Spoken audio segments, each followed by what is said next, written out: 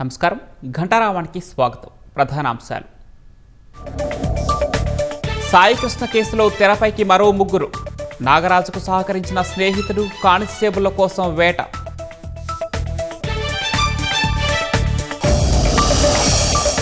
రాధా గాయత్రిని భర్తే చంపేశాడంటున్న బాధిత కుటుంబం. శ్రీచరణ్ ఆచూకీ చెప్పాలంటూ తల్లిదండ్రుల నిలదీత. యువత డ్రగ్స్ జోలికి వెళ్లొద్దన్న సీఎం చంద్రబాబు. భవిష్యత్తు కోసం జీరో టాలరెన్స్ విధానమని స్పష్టీకరణ.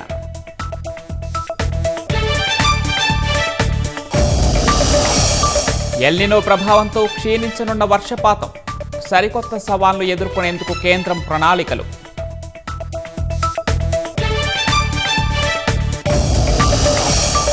వెనిజువెలాలో పెరుగుతున్న భూకంప మృతుల సంఖ్య. ఆపరేషన్ అమిస్తాద్ పేరిట భారత్ సాయం.